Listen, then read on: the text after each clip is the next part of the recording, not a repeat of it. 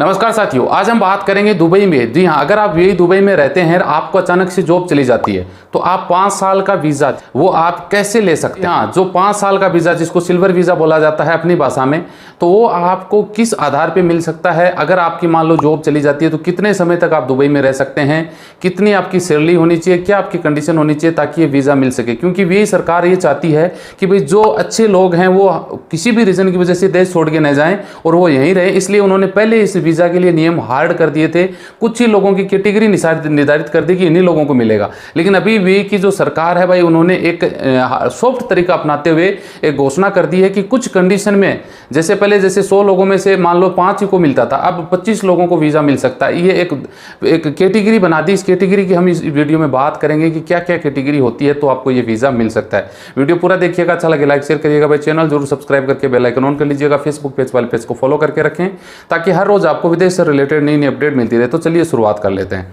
जी हाँ, प्रोफेशनल ये वीज़ा वैसे देखा जाए तो भाई देखिए, कोई आर्किटेक्टर होते हैं या फिर कोई स्किल्ड प्रोफेशनल लोग होते हैं, फ्रीलांसर लोग होते हैं, इन्वेस्टर होते हैं, जी हाँ, या फिर एंटरप्रेन्योर होते हैं जो मोटिवेशनल स्पीकर वगैरह होते हैं, उन लोगों को ये वीज़ा मिलता है। जी हाँ, लेकिन अगर आप यूएई दुबई में रहते हैं और आपकी जॉब खत्म हो जाती है, अचानक से कंपनी निकाल देती है या कुछ भी रीज़न हो जाता है, तो आप 6 महीने तक आप दुबई में रह सकते हैं। आपका कोई एक्स्ट्रा चार्जेस नहीं लगेगा बिना वीज़ा के, क्योंकि कंपनी आपको निकालेगी तो वीज़ा तो आपका एक्सपायर हो चुका होता, या फिर कंपनी आपका वीज़ा कैंसिल करके आपको पासपोर्ट पकड़ाएगी तो आप तो फिर इलीगल हो जाओगे। तो 6 महीने तक जी हाँ, आप दुबई में बिना वीज़ा के रह सकते हैं, जॉब सर्च कर सकते हैं। उसके बावजूद अगर आपके अंदर कैपेबिलिटी है तो आप ये 5 साल का वीज़ा भी अप्लाई कर सकते हैं। जी हाँ, ये 5 साल का वीज़ा कैसे मिलेगा, देखिए सबसे पहले आपके पास एक लीगल अग्रीमेंट होना जरूरी है जो मोहरे से मान्यता प्राप्त हो। जी हाँ, अग्रीमेंट समझ के भाई आप 6 महीने के दौरान बैठे नहीं रहोगे, कहीं ना कहीं कोई काम करोगे, इंटरव्यू वगैरह दोगे तो कंपनी के साथ आपका अग्रीमेंट हो जाता है।